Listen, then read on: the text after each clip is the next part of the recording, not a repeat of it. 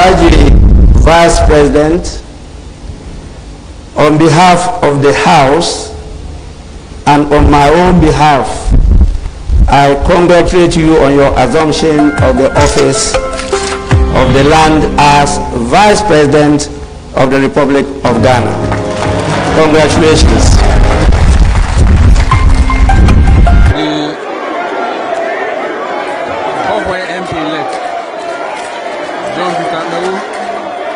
Insisted on challenging them, got voted and sent away by the NDC MPs.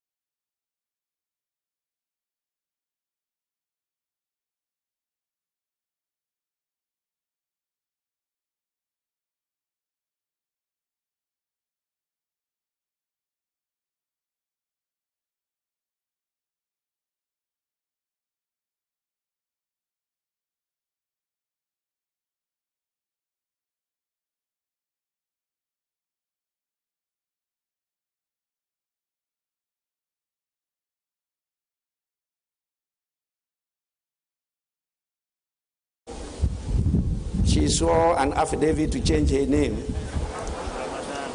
But that was what they submitted to me. So, Your Excellency, I apologize on behalf of the House for the mix-up.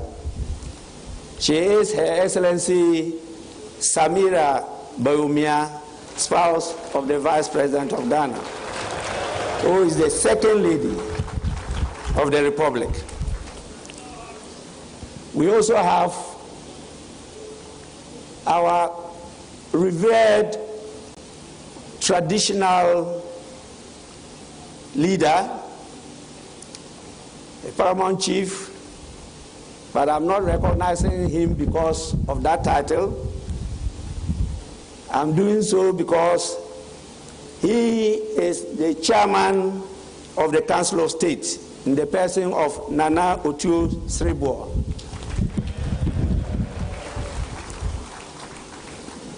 And now, the purpose for which we are here.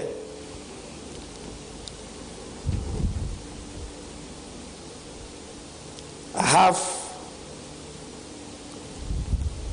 your permission to invite His Lordship, the Chief Justice, to administer the oath to the President-elect. Chief Justice, you may do so now.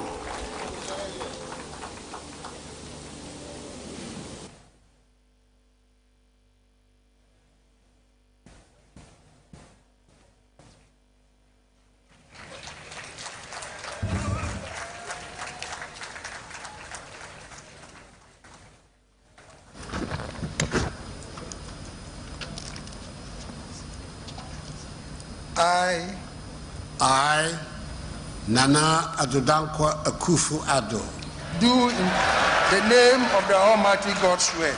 Do in the name of the Almighty God swear. That I will bear true faith and allegiance. That I will bear true faith and allegiance. To the Republic of Ghana. To the Republic of Ghana. As by law established. As by law established. That I will uphold. That I will uphold the sovereignty and integrity of Ghana. The sovereignty and integrity of Ghana. And that I will preserve. And that I will preserve. Protect. And defend. The Constitution of the Republic of Ghana.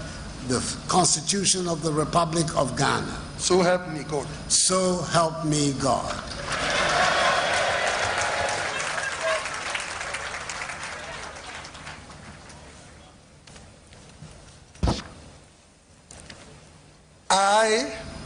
I, Nana Addo Akufo Addo, having been elected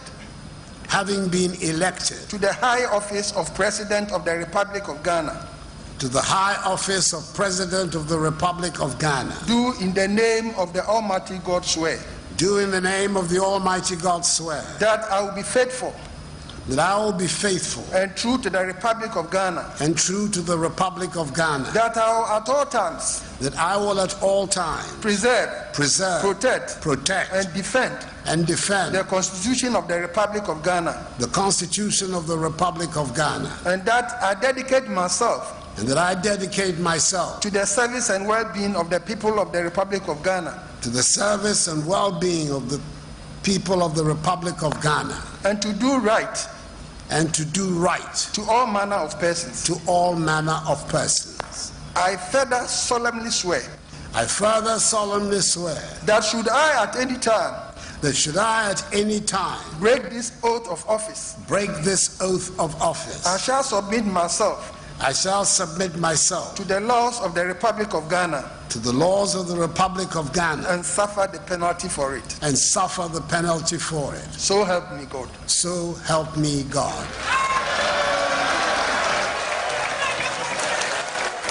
Congratulations.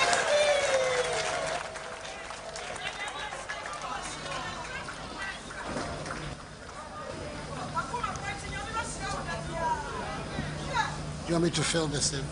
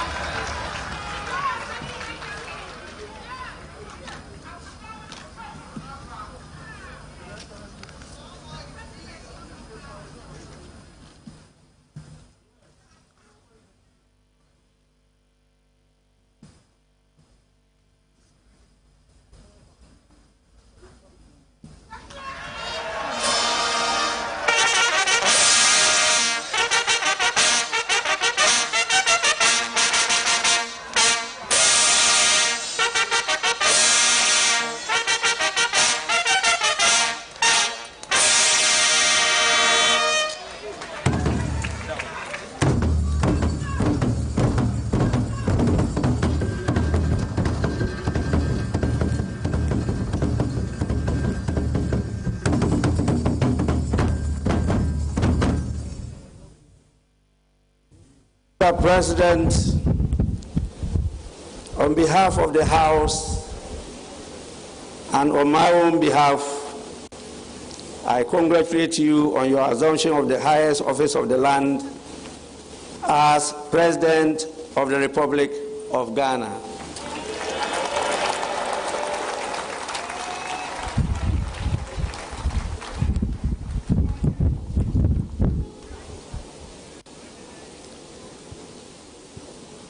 Honorable members, and I have the pleasure and honor to invite the President of the Republic of Ghana, His Excellency Nana Addo Akufo, to deliver the inaugural address. Mr. President, you may proceed to deliver your address.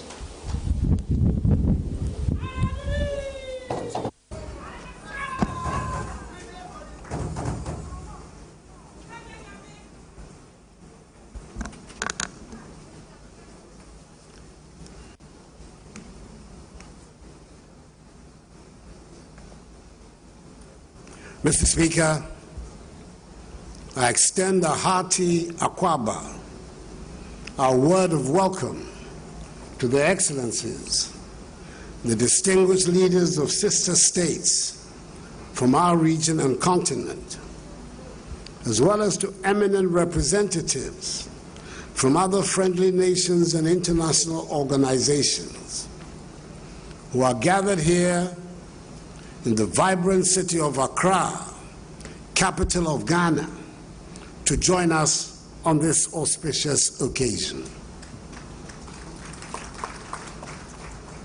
I thank each and every one of you for being present at this inauguration of my second mandate, COVID-19 notwithstanding. Your attendance is an expression of solidarity and friendship that speaks volumes of your attachment to the goals and aspirations of the Ghanaian people and state, for which we are very grateful. I must at the outset express my warm congratulations to my good friend and colleague of many years in this House, the Right Honorable Alban Sumana Kingsford Bagbin, on his assumption of office as the Speaker of the 8th Parliament of the 4th Republic. Nearly 3 decades of devoted service to Parliament by you has culminated in this moment, which has seen your elevation to the 3rd great office of state of our nation. Together, you and I will be chartering new territory in the governance and politics of the 4th Republic. For this is the first time in the life of this republic that a president from one party will be obliged by the exigencies of the moment and the will of the people to work in all sincerity and cooperation with a Speaker of Parliament from another party. I'm confident that both of us will be guided in our relationship by the supreme interest of our people in ensuring good governance in the ordering of the affairs of state. I want to assure you of my wholehearted determination to work with you to advance the peace, progress, and prosperity of the Ghanaian people. Once again, many congratulations to you and the re-elected and new members of Parliament. A few moments ago, I took for the second time the oath of office to serve as President of the Republic of Ghana. I follow in the exalted footsteps of 2 of my predecessors, the first and second presidents of the 4th Republic, Their Excellencies Jerry John Rawlings and John Agyekum Kufuor, who served 2 successive terms in office. I cannot, therefore, take this honor and privilege bestowed on my mother's self lightly, and I thank Almighty God and the Ghanaian people who, by an emphatic margin, renewed my mandate in office for 4 more years in the elections of 7th December. It is a demonstration of the confidence and trust you, the Ghanaian people, have reposed in me, not only in appreciation for the achievements chalked throughout my first 4 years, but more significantly, for the considerable amount of work that is to be done over the next 4 years in our drive to take our nation firmly onto the path of progress, prosperity, and development following the havoc wreaked by COVID-19. This is a task I wholeheartedly accept, and I assure all Ghanaians that I'll do my best to deliver on this mandate. The accomplishment of this mandate is going to take place within the context of Ghana's maturing democracy. The Ghanaian people have manifested time and again in these 28 years of the Fourth Republic their determination to build a free, democratic, peaceful nation which is respectful of individual liberties and human rights, the rule of law, and the principles of democratic accountability. A governance structure built on the separation of powers provides the best vehicle for the protection of these values, with a well-resourced judiciary and parliament as the principal accountability organs of the state. This has been the main thrust of public policy in these past 4 years and will continue to be so in the next. The unity and stability of our country are the welcome outcomes of such a development. This is how we can ensure, in the words of one of the great figures of Ghanaian nationalism, the illustrious Joseph Boachi Dankwa, that we have, quote, a system of government under which those who are in control of government are under the control of those who are governed, unquote. Mr. Speaker, the sheer can-do spirit of the Ghanaian, which I have witnessed all my life, is the bedrock on which we can build the Ghana of our dreams. Indeed, 4 years ago at my first inauguration, I urged all Ghanaians to be, and I quote, citizens and not spectators, unquote. I appeal to you to be active participants in the effort to help build the Ghana we want, the democratic, free, prosperous, and united Ghana envisaged by our founding fathers as the Black Star of Africa.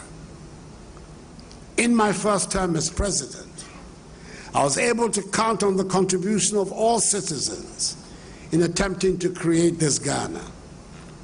What I have seen these last 4 years is further evidence, if any were needed, that the Ghanaian will no longer accept poverty and deprivation as his or her portion, but is rather determined to work to chart a path of growth and development for himself or herself.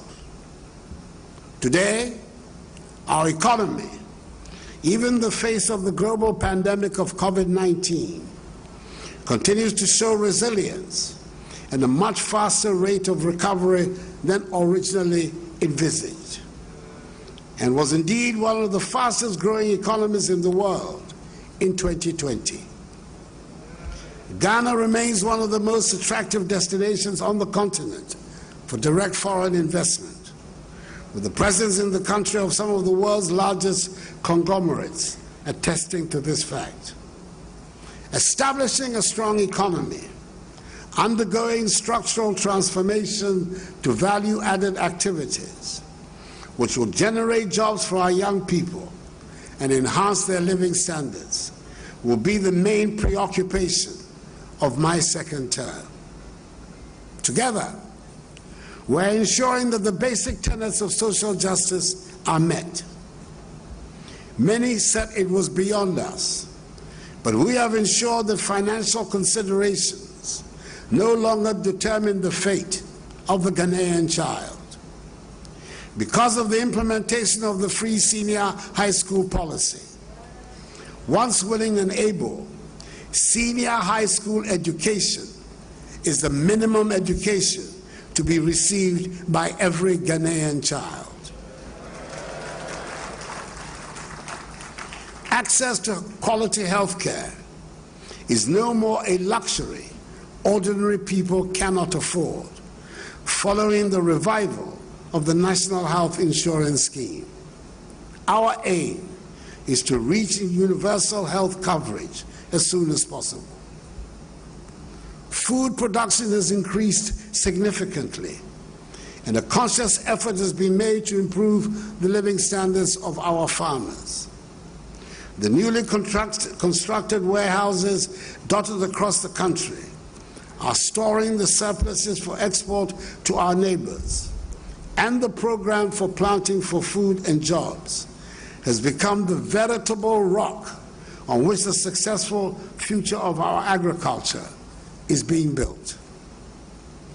Our roads are being constructed at a much faster pace than before, and yes, I acknowledge that there are still many more kilometers to construct. We defined last year as the year of roads. This year will be the second year of roads. As we continue with our focus on dealing with the deficit in our road infrastructure, the development of our rail sector, on which considerable resources and energies are being devoted, will open up the country and lead to the creation of a more connected society, and will also help realize the goal of regional and continental integration. The arrival of COVID-19 drove home the lesson to all of us that we have to be self-reliant. The pandemic has emphasized the fact that we cannot continue to be living on edge in a day-to-day economy. This is dangerous for our survival, and it's important that we set up buffers of protection in all aspects of our lives. So when there was a shortage in the supply of personal protective equipment, at a time when they were being sold at extortionate prices on the world market, the enterprise of the Ghanaian shone through. We produced right here in Ghana our own sanitizers, face masks, medical scrubs, gowns, liquid soap, amongst others. We can indeed build a Ghana beyond aid if we make full use, as we must, of the enterprise and ingenuity of our people, especially our young people. The prominent role being played by young people in the digitization journey of our nation is strong proof of the feasibility of this objective, and Ghana is set to become one of the most digitized economies in Africa in the next few years. In this same vein, I expect the locally produced Eku juice, one of the results of government's One District, One Factory flagship policy, to replace rapidly the imported fruit juices on the shelves of our supermarkets, not because anyone will so decree, but because the quality of the locally produced one is as good, if not superior. I doubt, Mr. Speaker, that anyone would ordinarily mention Akweteshi, the local gin, as a possible item on the world market. I cannot vouch for its taste or potency, since I gave up alcohol many years ago. But I can say that the made in Ghana and beautifully packaged Epu I have recently seen can compete in the most sophisticated markets in the world. My boundless confidence in the energy of the Ghanaian makes me believe that we can become the prosperous nation we aspire to and soon. We have good reason to be proud of what we have been able to achieve so far. Mr. Speaker, we know that the democracy we seek to build and entrench in Ghana will ultimately succeed if we build a prosperous nation and our people are at peace with themselves and with the world. I pledge before this august House and the good people of Ghana that I will do all I do will be for the common good. And with a firm foundation laid in my first term of office, we shall take a significant step towards reducing the infrastructure deficit that has placed us all throughout our nationhood. The remaining 15% of our communities without electricity will be covered by the end of my second term. We have already begun constructing hospitals in the remaining districts that do not have one, a process which will be completed within the year. The percentage of Ghanaians without access to potable water is set to reduce significantly following the commencement of work on a number of water supply projects across all parts of the country. The majority of our people live in unacceptable housing, and we shall tackle the problem with vigor. With discipline and caution, just as we have done since March 2020, we in Ghana can continue to reduce the number of active cases of COVID-19, which currently stands at a little over 900, and open up our country again to the rest of the region, continent, and the entire world. We have taken the bold step of reopening all our schools again because our fundamental conviction that education is the key to our future. We will do everything possible to ensure not only the safety of the children, but of teachers and non-teaching staff as well. We Ghanaians have always been very much aware of our place in our neighborhood, in our continent, and in the world. We recognize that poverty and insecurity plague our region, and thus we shall continue to make our voice carry the weight of our convictions and contribute to making our world a safer and happier place.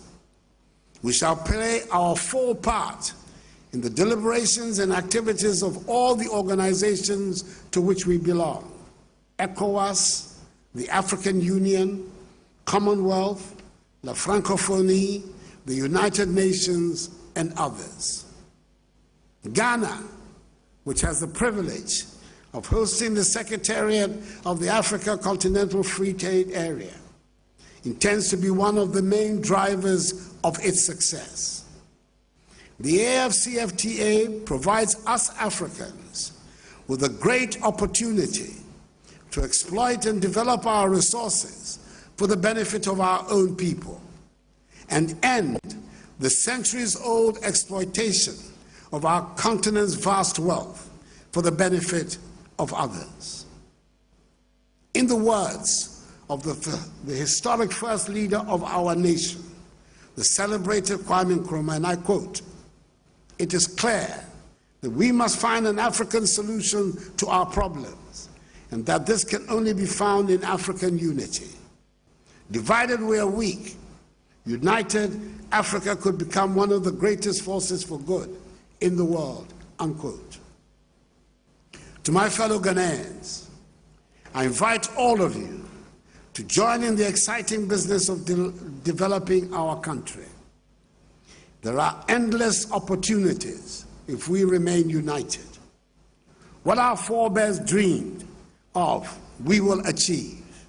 If we inherited dreams and visions from our founding fathers, we should leave legacies of achievements and realities to our children and their children. For I believe in the limitless prospects of Ghana and of us, her people. So let us be up and doing, and with faith in the Almighty, seize our destiny. Mr. Speaker, may God bless us all in our homeland, Ghana, and make her great and strong. Your Excellencies, once again, Akwaaba, I thank you for your attention.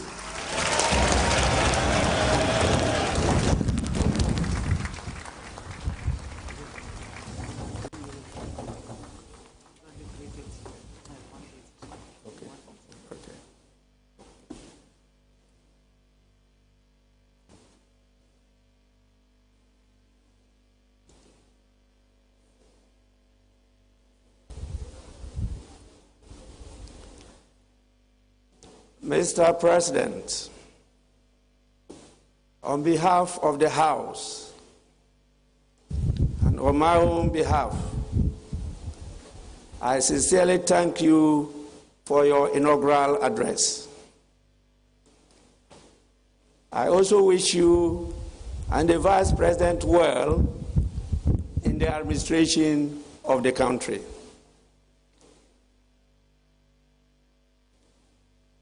Honorable members,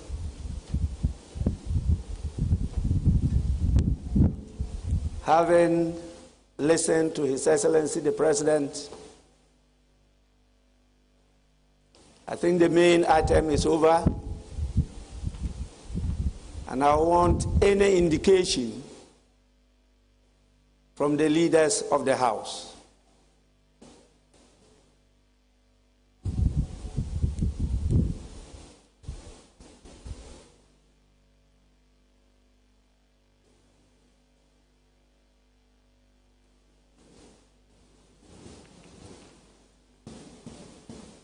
I see the honorable member for Swami constituency, Honorable Oseche Mensah Bonsu.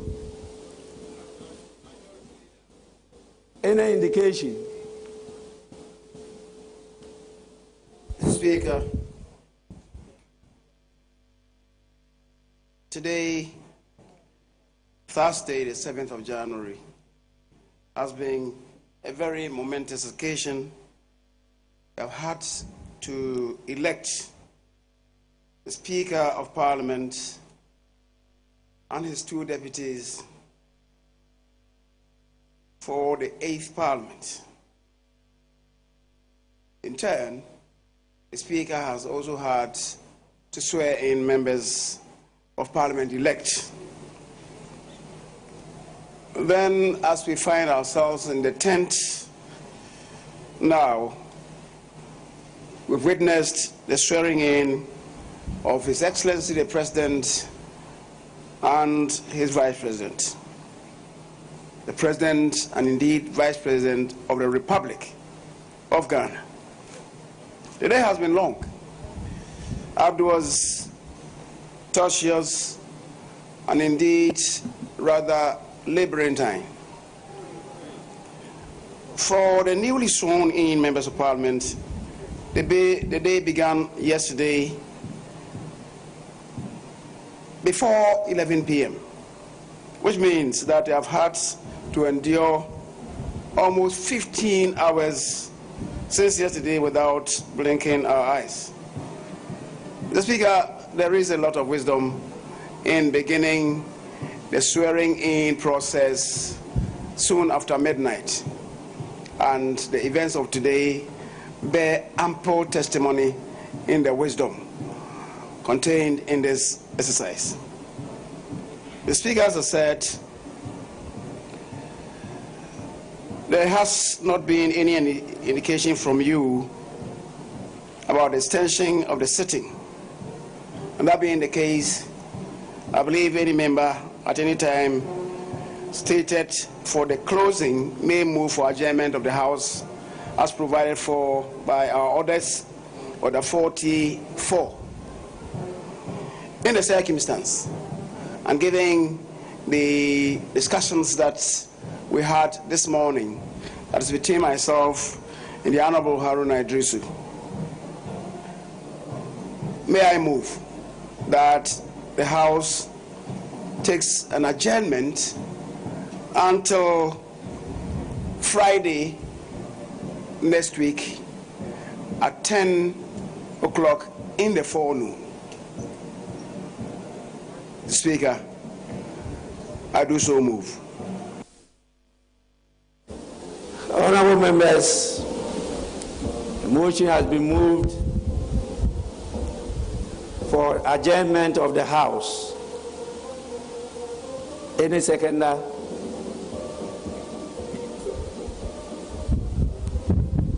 Sorry. Right, Honorable Speaker. I beg to second the motion.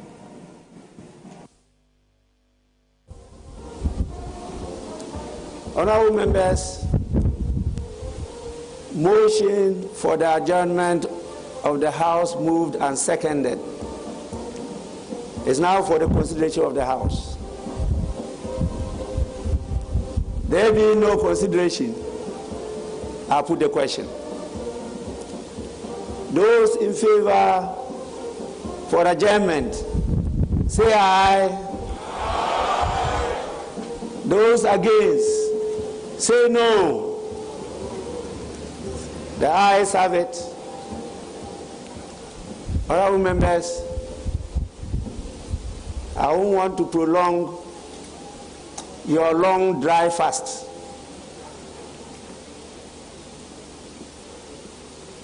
I have myself fasted more than I've ever done.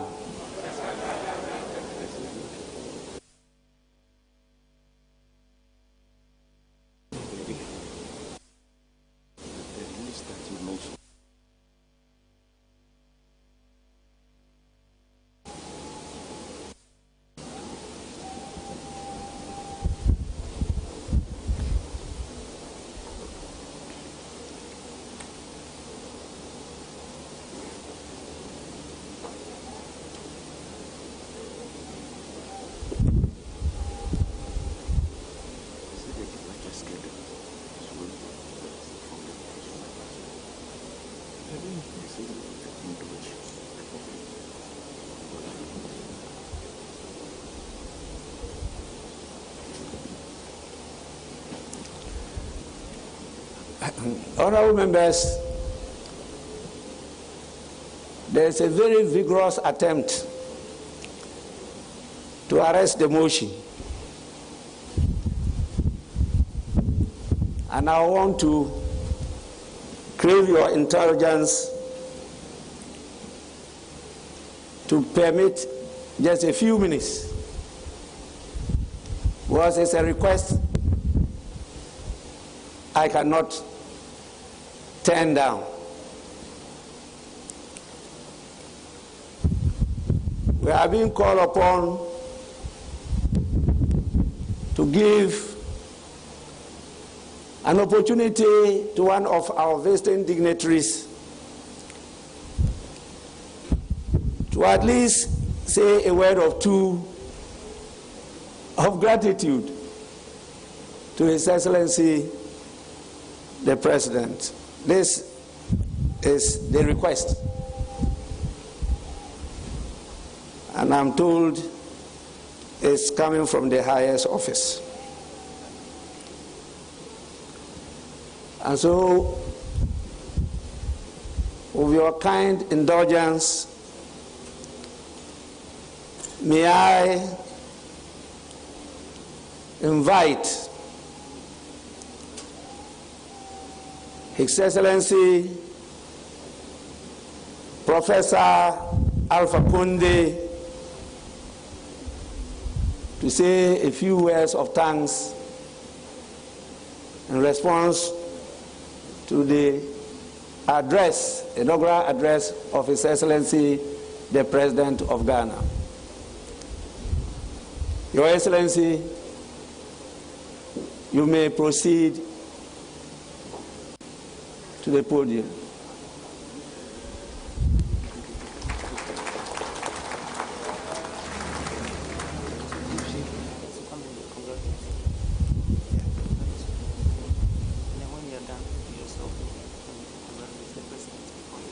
I've done that.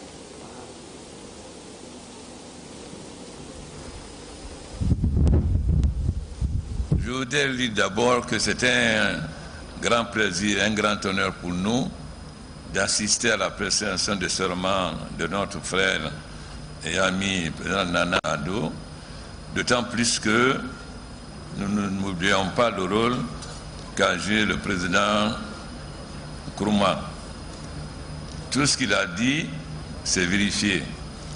Il a dit, si l'Afrique ne s'unit pas, voilà ce qui va arriver. Et tout ce qu'il a prédit est arrivé. Donc c'est une grande fierté pour nous de nous retrouver au Ghana.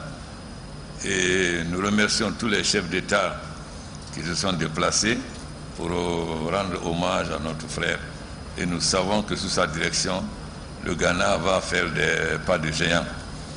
Et le peuple ghanéen peut compter sur l'ensemble des chefs d'État de la CEDEAO et de l'Union africaine pour accompagner notre frère pour le mieux et pour le bonheur du peuple du Ghana. Je vous remercie.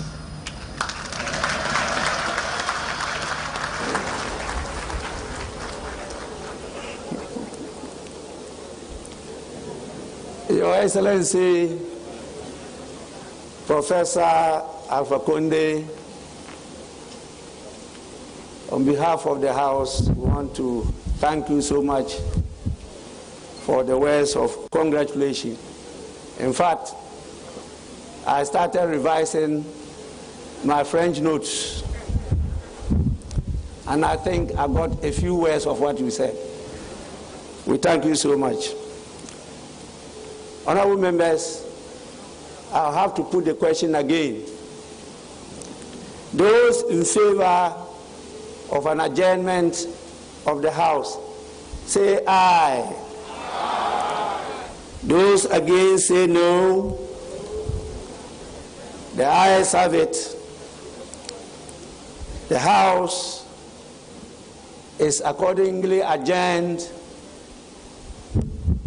to Friday, the 15th day of January at 10 in the forenoon. The House is adjourned.